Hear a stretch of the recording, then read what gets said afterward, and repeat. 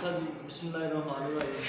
9th class अभी मतलब आज हम पढ़ने लगे न्यूटन के कवानीन को पढ़ने लगे। न्यूटन्स लॉज ऑफ मोशन के बारे में पढ़ने लगे। ये कितने लॉज हैं शायद आपको पता हो, नहीं तो मैं बता देता हूँ। ये 3 लॉज हैं, 3 लॉज ऑफ मोशन हैं। आज हम पढ़ने लगे फर्स्ट लॉ ऑफ मोशन और सेकंड लॉ ऑफ मोशन।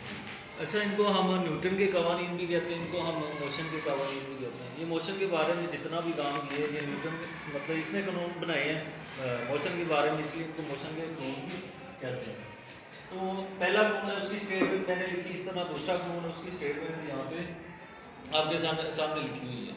तो ये मतलब कानून की आमतौर पर कोई डेफिनेशन नहीं होती, वो स्टेटमेंट होती है। ऊपर आप तारीफ नहीं लिखेंगे, स्टेटमेंट लिख के आप नीचे उसकी डेफिनेशन लिखेंगे। इस तरह दूसरा कानून है, उसकी भी नीचे एक स्टेटमेंट है। अच्छा, पहले कानून में क्या कहता है, इससे पहले वैसे नर्सिया हमने पढ़ा हुआ है। नर्सिया का आपको पता है, नर्सिया किसी जिस्म की एक अपनी सीरियल इंट्रिंसिक प्रॉपर्टी मैंने आपको बताया था कि ये किसी भी अगर बाइस फोर्स लग गई जिस्म पर तो ये उसके खिलाफ मज़ामत करती है कि ये फोर्स कम से कम लगे या ना लगे। तो फिर हमने जिस्म को हरकत देने के लिए उसकी जो नर्सिया है उससे ज़्यादा फोर्स लगानी पड़ती ताकि वो मोशन में आ जाए। अगर हम उसके नर्सिया से कम फोर्स देंगे तो फिर नर्सिया अपनी तो मज़ामत कर देगा, वो हरकत में नहीं आएगा। तो ये किसी जिस्म की अपनी एक सूसियत है जिसको हम नर्सिया कहते हैं, जो मैस के हिसाब से ज़्यादा होती है, कम मैस से भी कम होता है। लेकिन आज हम पढ़ने लगे जी पहला कानून। अच्छा, पहला कानून क्या कहता है न्यूटन? पहले कानून में वो ये कहता है, बहुत सिंपल सा है। अगर कोई जिस्म रेस्ट में है, अगर कोई जिस्म रेस्ट मतलब वो हरकत नहीं कर, जैसे बुक पड़ी है, टेबल है, चेयर है, ये सारी चीज़ें क्या रेस्ट में। अगर कोई जिस्म रेस्ट में है या कोई जिस्म यूनिफॉर्म मोशन से हरकत कर रहा है, मतलब वो एक कांस्टेंट स्पीड या यूनिफॉर्म मोशन से हरकत कर रहा है, उस पर कोई फोर्स अमल ही नहीं कर रही, तो फिर क्या होगा जी? वो वैसे ही, अगर यूनिफॉर्म मोशन में तो वैसे ही हरकत करता रहेगा, अगर रेस्ट में तो वैसे रेस्ट में ही रहेगा, जब तक हम बाहर से कोई फोर्स लगाकर उसकी मोशन को बदल ना दें, या कोई जिस्म रेस्ट में तो उसकी रेस्ट की हालत को बदल ना दें। ये सिंपल सी बात है, वैसे कानून बन गया, इसमें कोई ऐसी साइंस नहीं हो जो हमें समझ आए। मतलब वो ये कह रहे हैं कि बुक रेस्ट में तो मैं जब तक इसको उठाऊंगा नहीं तो इसने यहाँ पे पड़ेगा, या बाहर से वो ऑटोमेटिकली कोई फोर्स लगना जो है हवा इतनी तेज़ ना चल जाएगी यहाँ से ऊपर नीचे हो जाए, या कोई बंदा ना उठा ले, मतलब इस तरह से कोई फोर्स जब तक ना ला जाए तो इसने यहाँ पे पड़ेगा। या कोई जिस्म यूनिफॉर्म मोशन में हरकत कर रहा है तो वो हरकत में ही रहेगा, वो हरकत में ही रहेगा जब तक उस पर हम बाहर से फोर्स ना लगा दें, या जब तक हम मतलब ब्रेक सिस्टम में ब्रेक लगा कर उसको रोकना है, तो वो फोर्स हम खुद से लगा रहे हैं, तब तक वो वैसे ही चलता रहे। तो ये जी न्यूटन का पहला कानून है। नीचे मैंने स्पेशल एफ इसलिए लिखा स्टेटमेंट में, वो कह रहा है कि कोई भी जिस्म तब तक अपनी हालत नहीं बदलता जब तक हम उस पर फोर्स ना लगाएं। तो स्पेशल F0 मतलब कोई फोर्स उस पर नहीं लगा। यही चीज़ वो यहाँ पे बता रहा है। वो कह रहा है जी इस कानून का ये हिस्सा सही है, क्योंकि हम देखते हैं कि सांप खुद मोशन नहीं आते जब तक कोई भी चीज़ मतलब फोर्स उसको मोशन में ना लगे। मसलन हम मेज़ पर रखी हुई किताब भी तब तक वैसी पढ़ी जाएगी जब तक हम उस पर फोर्स नहीं लगाएंगे। इस तरह जी एक मुतहरक जिस्म खुद हरकत नहीं करता। या वो एक मिसाल देता है, एक बॉल है उसको हम एक ना हमवार सतह पर रखते हैं, एक बॉल है उसको हम हमवार सतह पर रखते हैं, तो उनमें इन दोनों सतहों में से कौन सी सतह ऐसी होगी जिस पर बॉल रुक जाएगी? मतलब एक बिल्कुल साफ सतह जैसे टेबल, एक खुरदरी सतह है, तो उन पर हम बॉल चलाते हैं तो किस सतह पर या किस सरफेस पर बॉल रुकेगी? जो खुरदरी होगी, जो साफ है उस पर तो चलती रहेगी। खुरदरी मतलब उसमें एक रेजिस्टेंस या मज़ामत पैदा होगी, वो बॉल को रोक देगी। जो साफ है उस पर बॉल ने नहीं रुकना जब तक तो उस पर कोई हवा का असर ना हो, बाहर से कोई फोर्स ना लग जाए। खुरदरी में ये होगा या नाहमवार में ये होगा कि वो जो खुरदरापन है वो मज़ामत करता है और बॉल रुक जाती है। तो ये इसका मतलब हम कह सकते हैं इम्प्लीकेशन हमारी लाइफ में इस कानून की है।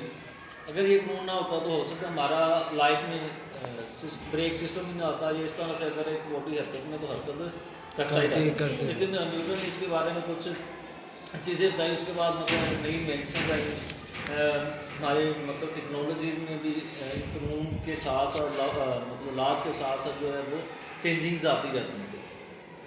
अब मतलब एक जिस्म फ्री है, हम जैसे स्पेस में ये होता है कुछ जिस्म अगर हरकत कर रहा है तो हरकत नहीं रहना है, वहाँ पे हम मतलब जब तक उसको रोकेंगे नहीं उसने रुकना नहीं, क्योंकि वहाँ पे कोई ऐसी मज़ामत है ही नहीं, वहाँ पे बाहर फोर्स है ही नहीं कि जो जिस्म को रोके। तो वही चीज़ यहाँ पे कहता है कि यहाँ पे हमारे पास बायस फोर्स बहुत है, नॉर्मल फोर्स है, वागी फोर्स है, फ्रिक्शन है, बहुत सी ऐसी फोर्सेज जो अजसाम को रोक देती हैं। और ये फोर्स मौजूद ना हमारी कुदरत में, नेचर में, तो जो जिसम हरकत में वो हरकत में ही रहेगा, सारी ज़िंदगी चलता ही रहेगा। जो रेस्ट में पड़ा है उसने रेस्ट में ही रहना है। तो इस कानून से ये मदद मिली कि हमने अजसाम पर फोर्सेस को कैसे एक्ट करना है, कैसे रोकना है, कैसे ब्रेक सिस्टम है, ऐसा तेज़ हरकत करते हैं जिसम हम रोक लेते हैं, या अजसाम खुद से भी रुक जाते हैं ज़मीन में फ्रिक्शन की वजह से। तो ये कानून इस चीज़ के बारे में, इसको आप पढ़ लीजिएगा। उसके बाद दूसरा कानून है वो हम पढ़ते हैं जी, Newton second law of motion है जी। सेकंड जो लॉ उसमें वो ये कहता है, अगर कोई जिसम, इसमें आधा टू कह रहा है अगर कोई जिसम हरकत में है और हरकत करते हुए जिसम पर हम अगर फोर्स लगाएं, या रेस्ट में है, रेस्ट में भी हम फोर्स लगा सकते हैं उस पर। अगर हम किसी जिसम पर फोर्स लगाएं तो उस जिसम क्या होता है, एक्सीलरेशन पैदा होता है। लेकिन एक्सीलरेशन कैसे पैदा होगा, जिस सिमत में या जिस डायरेक्शन में हम फोर्स लगा रहे हैं उस सिमत में एक्सीलरेशन पैदा होगा, उस सिमत में एक्सीलरेशन पैदा होगा।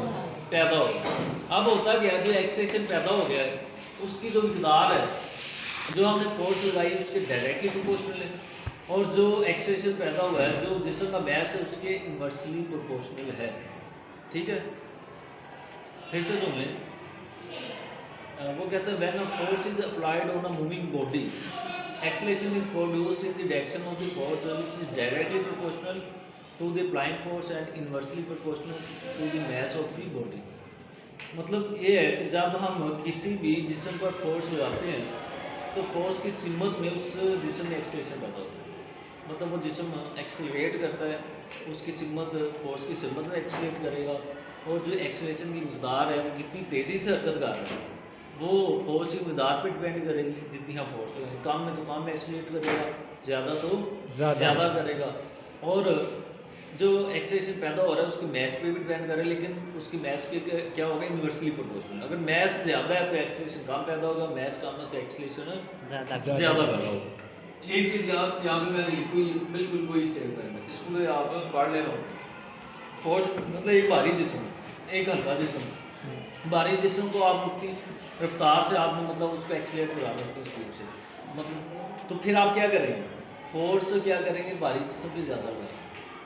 अगर आपके पास जिस्म कम है, छोटा मैस वाला है, तो उसको मतलब आप उतना ही एक्सीलरेट कराना, तो फिर कम फोर्स में भी वो ज़्यादा मतलब उतना एक्सीलरेट कर जाएगा। इसलिए डिपेंड करता है जिस्म के मैस पे। वो फोर्स इसका मतलब ज़्यादा मैस वाले पे ज़्यादा लगेगी, कम मैस वाले पे फोर्स कम लगेगी। फोर्स दोनों की डायरेक्टली प्रोपोर्शनल है, लेकिन जो तलब मैस और एक्सीलरेशन का इनका इन्वर्स है। अगर फोर्स ज़्यादा लगे एक्सीलरेशन ज़्यादा है, अगर वही मैस सेम मैस वाले दो साम है तो फिर जो ज़्यादा मैस वाले उसको ज़्यादा फोर्स लगे, कम वाले पे कम लगे। तो मैस और एक्सीलरेशन का आपस में तल्लुक है, इन्वर्स है। ज़्यादा मैस में कम एक्सीलरेशन पैदा होगा, कम वाले में उतनी फोर्स, एक फोर्स के हिसाब से वो ज़्यादा पैदा होगा। ठीक है, अब इनका तल्लुक बनाया हुआ है एक्सीलरेशन और फोर्स का आपस में तल्लुक है, इनका आपस में रिलेशन डायरेक्टली रिलेशन है, डायरेक्टली प्रोपोर्शनल है।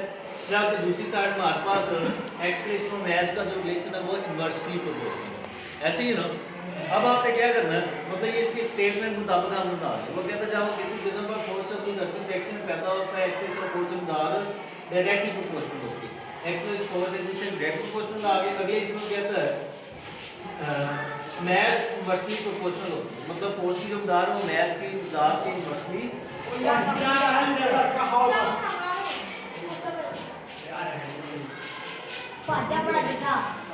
कैमरा से पड़े